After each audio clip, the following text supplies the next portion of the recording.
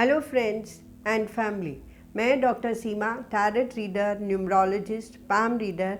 आज इस वीडियो के माध्यम से 2022 आप लोगों के लिए कैसा रहने वाला है न्यूमरोलॉजी के माध्यम से, ये मैं आपको आज बताने वाली हूँ।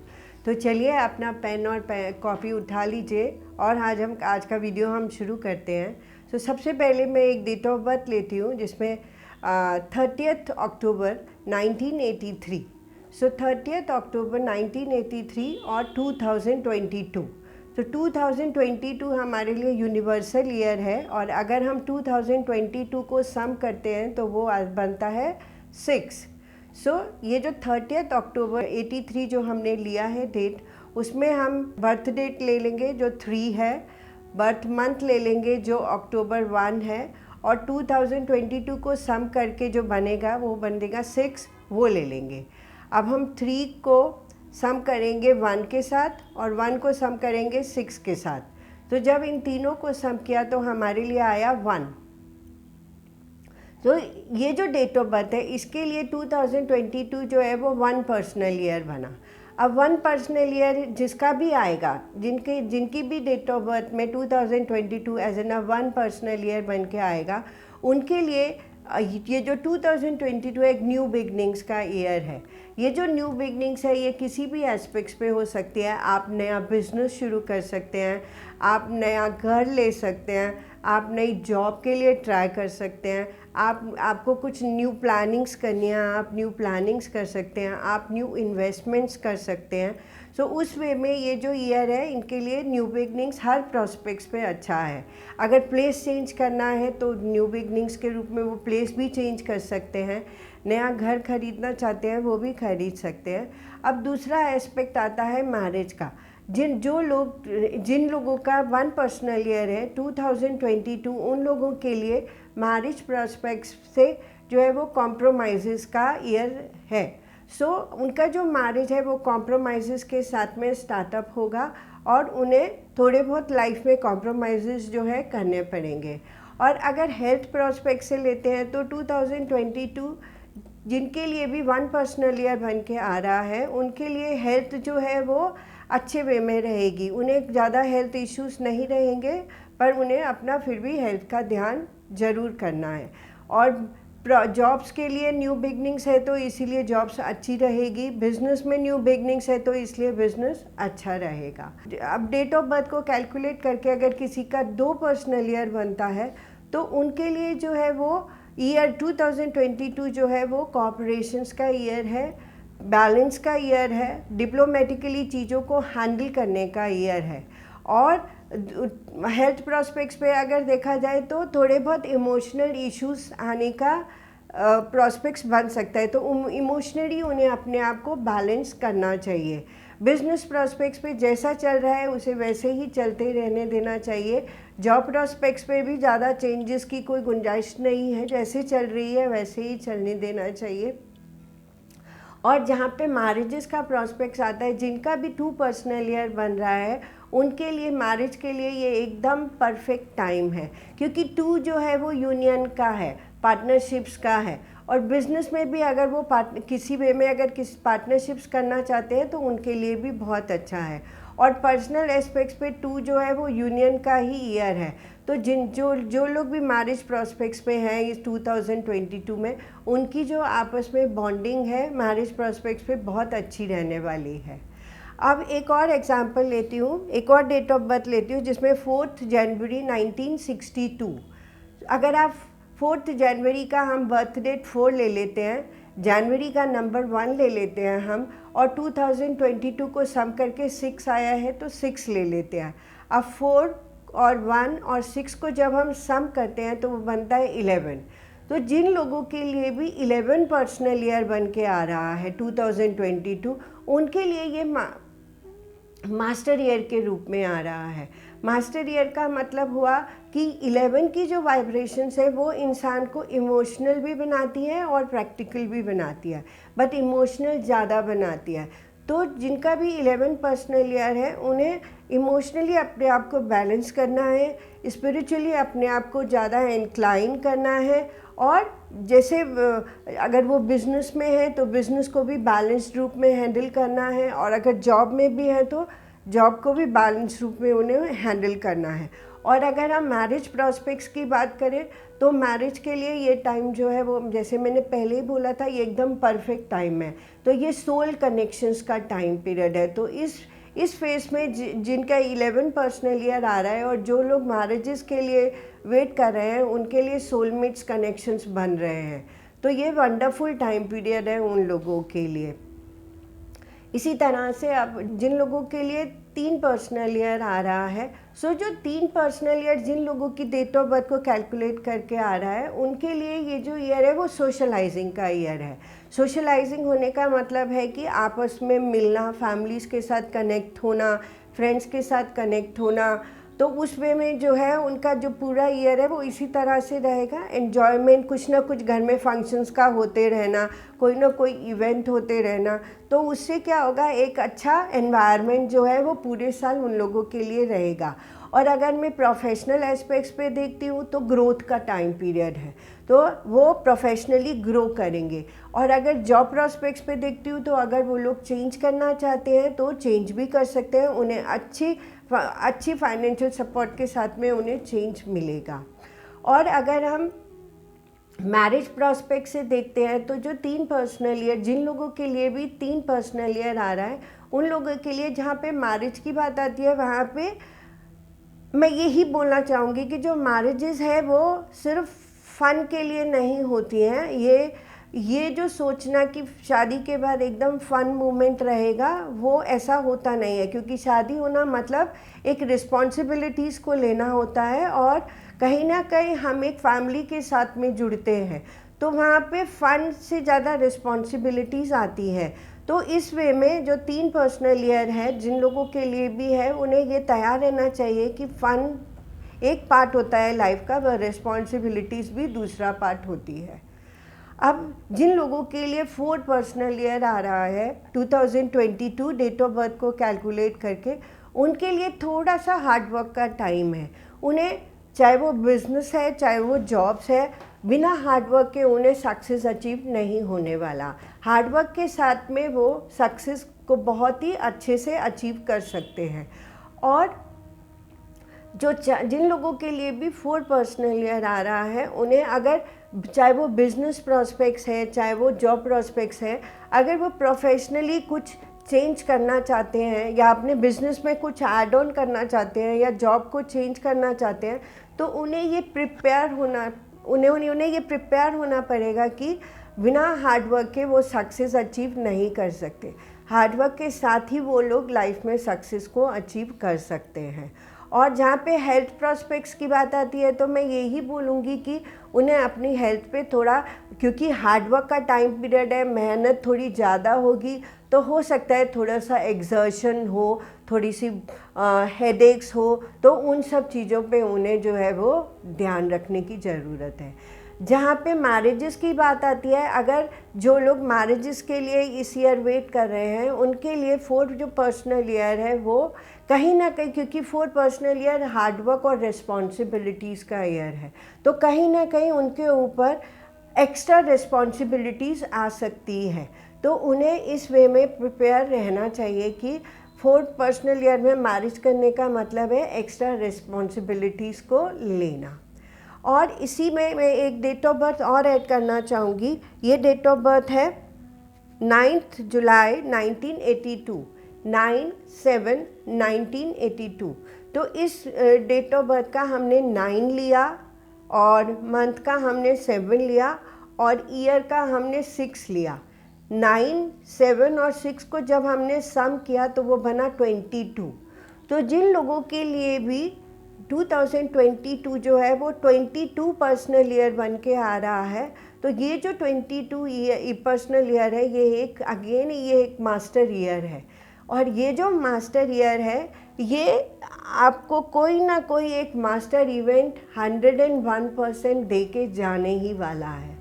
तो अगर आप लोगों ने प्लानिंग्स नहीं किया है तो जनवरी आ गई है, प्लीज़ आप लोग प्लानिंग्स कर लें कि आप क्या अचीव करना चाहते हैं, कौन सा एक ऐसा मास्टर इवेंट जो अपनी लाइफ में आप अचीव करना चाहते हैं, प्लीज़ आप उसकी तरफ अपना फोकस कीजिए। जो लोग बिज़नेस में कुछ मास्टर करना चाहते हैं या कोई बड़ा प्रोजेक्ट करना चाहते हैं तो उनके लिए ये टाइम बहुत ही अच्छा है। जो लोग अगर कुछ लोग ओवरसीज़ के लिए प्लान करना चाहते हैं और जिनका 22 पर्सनल ईयर आया है तो प्लीज़ वो लोग प्लान कर लें। जो लोग पढ़ाई के लिए बाहर जाना चाहते हैं और उनका 22 पर्सनल ईयर है तो प्लीज़ वो लोग प्लान कर लें, क्योंकि 101% पॉसिबिलिटीज़ है कि वो चले जाएं। और जो लोग जॉब्स में हैं और जॉब्स में अगर वो प्रमोशंस देख रहे हैं और उनका 22 पर्सनल ईयर है तो प्लीज़ वो इस फोकस्ड हो जाए कि उन्हें क्या अचीव करना है। और 22 अगर आप मैरिज प्रोस्पेक्ट से देखते हैं तो 22 पर्सनल ईयर जो है वो मैरिजेस के लिए भी मास्टर इवेंट लेके आता है। तो मतलब कि अगर 22 पर्सनल ईयर में आपका शादी होता है तो इसका अगेन मैं यही बोलूँगी कि इसमें सोल कनेक्ट है, दोनों एक दूसरे से सोल के रूप में आपस में जुड़ते हैं, इमोशनली जो है वो एक दूसरे से कनेक्ट होते हैं और उनके लिए जो है वो मैरिज जो है वो अच्छे प्रॉस्पेक्ट्स पे आगे बढ़ती है। हेल्थ प्रॉस्पेक्ट्स पे अगर मैं देखती हूँ तो फॉर 22 पर्सनल ईयर जो है वो थोड़ा सा इमोशनली आपको इफ़ेक्ट कर सकता है, अदरवाइज़ फिज़िकली जो है वो ऐसे ज़्यादा इश्यूज नहीं आएंगे। अब जिन लोगों के लिए 5 पर्सनल ईयर आ रहा है, 2022 5 पर्सनल ईयर के रूप में आ रहा है, 5 पर्सनल ईयर जो है वो लोगों के लिए एक्सपेक्ट टू अनएक्सपेक्टेड का ईयर है। जो उन्होंने एक्सपेक्ट नहीं किया है वो एक्सपेक्ट कर सकते हैं। तो इसी तरह से चाहे वो बिज़नेस में हो, बिज़नेस में चाहे वो कुछ टारगेट्स अचीव करना चाहते हैं और नहीं कर पा रहे हैं तो इस ईयर में वो अचीव कर सकते हैं। जॉब्स में अगर वो अपनी प्रमोशंस एक्सपेक्ट करना चाह रहे थे और नहीं हो रहा था, पॉसिबिलिटी है कि इस बारी उनकी जो प्रमोशंस है वो हो जाए, फाइनेंशियल इंक्रीमेंट हो जाए, क्योंकि एक्सपेक्ट टू अनएक्सपेक्टेड है, हमने जो एक्सपेक्ट नहीं किया है वो हमारे साथ होने वाला है। और इसके बहुत ही चैलेंजिंग है बट हाँ बहुत इंटरेस्टिंग ईयर है ये। तो 5 जिन लोगों के लिए भी 5 पर्सनल ईयर आ रहा है उनके लिए मैं कहूँगी कि वो एक्सपेक्ट टू अनएक्सपेक्टेड के लिए तैयार रहें। अब जहाँ पे हेल्थ प्रॉस्पेक्ट्स आते हैं तो मैं कहूँगी कि छोटी मोटी एक्यूट प्रॉब्लम्स हो सकती है बट ऐसे कोई क्रॉनिक इश्यूज नहीं आएंगे। जहाँ पे मैरिज प्रॉस्पेक्ट्स आते हैं, जो लोग 5 पर्सनल ईयर में हैं और जिनकी मैरिजेस ड्यू है इस ईयर में, ज़्यादातर बोला जाता है कि ये जो 5 पर्सनल ईयर है ये क्योंकि एक्सपेक्ट टू अनएक्सपेक्टेड है तो ज़्यादातर इस फेस में जिनका भी मैरिजेस होता है वो फाइनेंशियल्स पे फोकस्ड होता है। मैरिजेस का फोकस जो है वो या तो मनी ओरिएंटेड होता है या इमोशनल ओरिएंटेड होता है या फिर फिज़िकल ओरिएंटेड होता है, पर इसमें जो है वो मेनली मनी ओरिएंटेड रहता है। सो जिन लोगों की भी शादी होगा उन लोगों का जो फाइनेंशियल जो है वो चेंज होगा, अच्छे वे में चेंज होगा, आप उस बात की चिंता मत करिएगा। और अब हम देखते हैं जिन लोगों के लिए 6 पर्सनल ईयर आ रहा है, तो जिन लोगों की भी कैलकुलेशन के अकॉर्डिंगली 6 पर्सनल ईयर आ रहा है उनके लिए भी ग्रोथ का ईयर है। बिजनेस प्रॉस्पेक्ट्स पे अगर आप देखते हैं तो अगर वो अपने बिजनेसेस को ओवरसीज़, क्योंकि जो 6 नंबर है वो ओवरसीज़ कनेक्ट भी देता है, तो जिन लोगों को अपने एक्सपेंशन करना चाहते हैं, बिज़नेस को ओवरसीज़ तक ले जाना चाहते हैं वो ले जा सकते हैं, क्योंकि उनकी ग्रोथ जो है वो बहुत अच्छी होगी। जो लोग जॉब प्रॉस्पेक्ट से बाहर उनको पॉसिबिलिटी मिल रहा है कि वो बाहर जा सकते हैं तो प्लीज़ अपनी अपॉर्चुनिटी को ग्रास्प करें, क्योंकि 6 जो है वो ओवरसीज़ के कनेक्ट हमें देता ही देता है। इसी तरह से अगर हम देखें हेल्थ प्रॉस्पेक्ट्स पे अगर देखा जाए तो मैं ये ज़रूर बोलूँगी कि हाँ, जिन लोगों का भी 6 पर्सनल ईयर आ रहा है उन्हें एक्स्ट्रा केयर करने की ज़रूरत है, क्योंकि 6 पर्सनल ईयर में कहीं ना कहीं किसी न किसी वे में हेल्थ जो है वो इफ़ेक्टेड होती ही है, क्योंकि हम लीनियंट हो जाते हैं और हमारी हेल्थ जो है वो इफ़ेक्टेड होती है। तो इसीलिए 6 पर्सनल ईयर वालों के लिए एक्स्ट्रा केयर करने की ज़रूरत है हेल्थ प्रॉस्पेक्ट्स पे। जहाँ पे मैरिजेस की बात आती है तो जो 6 नंबर है वो वीनस का नंबर है। और शादी प्रॉस्पेक्ट्स पे जिन लोगों का शादी ड्यू है 2022 में, मैं उन्हें कांग्रेट्स करना चाहूँगी, क्योंकि उनके लिए ट्विन कनेक्शंस बन रहे हैं। तो वो लोग एक ट्विन कनेक्शंस में जा रहे हैं जो कि उनके आने वाली लाइफ के लिए बहुत ही अच्छा रहने वाला है। सो मैं उन्हें दिल से कांग्रेट्स करना चाहती हूँ कि वो एक अच्छी रिलेशनशिप्स में जा रहे हैं। अब हम आगे देखते हैं कि जिन लोगों के लिए 7 पर्सनल ईयर आ रहा है, कैलकुलेट करने पर जिन लोगों का 7 पर्सनल ईयर आ रहा है, तो 7 पर्सनल ईयर जो है वो रिस्क टेकिंग है। 7 number is to take a risk, और otherwise 7 number is the number of the spirituality also. 7 number is the number of the aloofness also. So ये तीनों एस्पेक्ट्स जो है वो 7 पर्सनल ईयर वालों पे एप्लीकेबल होते हैं। तो कहीं अगर वो बिजनेस में किसी भी तरह से कोई रिस्क लेना चाहते हैं तो, पर अगर इंसान रिस्क टेकर है तभी वो रिस्क ले, अदरवाइज ना ले, नहीं तो उसको जो है वो चैलेंजेस से घबरा भी सकता है। जॉब प्रॉस्पेक्ट्स पे भी अगर पर्सन जो रिस्क टेकर है और उसमें रिस्क लेने की क्षमता है तो वो रिस्क ले और जॉब चेंज करे, अदरवाइज क्या होगा कि वो अनसेटिस्फाइड रहेंगे अपनी जॉब से। और अगर मैं हेल्थ प्रॉस्पेक्ट्स पे बोलती हूँ तो हाँ, हेल्थ प्रॉस्पेक्ट्स पे मैं ज़रूर कहूँगी कि किसी न किसी वे में आपको रिस्क हेल्थ वे में भी आ सकती है। तो इसीलिए थोड़ा सा फिर से मैं कहूँगी कि अपनी हेल्थ को आप लोगों को ध्यान देने का ज़रूरत है, जिन लोगों का 7 पर्सनल ईयर बन रहा है। सो उनके लिए रिस्की नोट हमेशा रहेगा। मैरिजेस प्रॉस्पेक्ट्स पे देखते हैं कि 7 नंबर में अगर 7 पर्सनल ईयर में शादी किया जाता है तो क्योंकि 7 नंबर जो है वो अलूफनेस का नंबर है, अकेले रहने का नंबर है, तो इस ईयर की वाइब्रेशन जो होती है वो इंसान को अकेले रहने के लिए बोलती है। और शादी करना मतलब है कि आप एक फैमिली के साथ में जुड़ने जा रहे हैं, तो कहीं ना कहीं ये इंसान के लिए एक रिस्की नोट भी होता है। और कहीं ना कहीं इंसान की जो इंसान का थॉट है या जो इंसान की थॉट के अगेंस्ट, क्योंकि वो अकेले रहना चाहता है और उसे एकदम से फैमिली मिल जाती है, एक पार्टनर मिल जाता है, तो थोड़ा बहुत रिस्की नोट है तो उन्हें वो इस बात से तैयार होके ही प्लान कर शादी के लिए आगे मूव करना चाहिए। अब हम देखते हैं कि जिन लोगों के लिए 8 पर्सनल ईयर बन रहा है, डेट ऑफ बर्थ को कैलकुलेट करके अगर आपका 8 पर्सनल ईयर बन रहा है तो 8 जो है हमारे लिए रिवॉर्ड्स का टाइम पीरियड है। पर रिवॉर्ड्स किस वे में आएंगे, जब हमने 1 से अपनी जर्नी को शुरू किया था और हम 8 तक आए हैं, तो हमारे जो एक्शंस हैं वो हमें बताते हैं कि हमें किस तरह के रिवॉर्ड्स मिलेंगे। मैं ये नहीं कहूँगी कि सभी को अच्छे रिवॉर्ड्स मिलेंगे, जो हमने एक्शंस या जो हमने हार्डवर्क 1 से लेकर के और 7 तक किया है उसी के बेसिस पे यूनिवर्स जो है वो हमें रिवॉर्ड्स देता है। तो अगर हमने हार्डवर्क किया है बिजनेस में तो डेफिनेटली हमें उसमें अच्छे रिवॉर्ड्स मिलेंगे, और अगर हमने जॉब्स में हार्डवर्क किया है तो हमें जॉब्स प्रॉस्पेक्ट्स पे भी अच्छे रिवॉर्ड्स मिलेंगे। और अगर कहीं ना कहीं हम लीनियंट हुए तो हमें बिजनेस में भी नुकसान हो सकता है और जॉब्स में भी हमें जो है वो परेशानियां हो सकती हैं। और जहाँ पे हेल्थ की बात है तो हेल्थ में भी हमें थोड़ा सा ध्यान देने की ज़रूरत है। बट अदरवाइज़ जो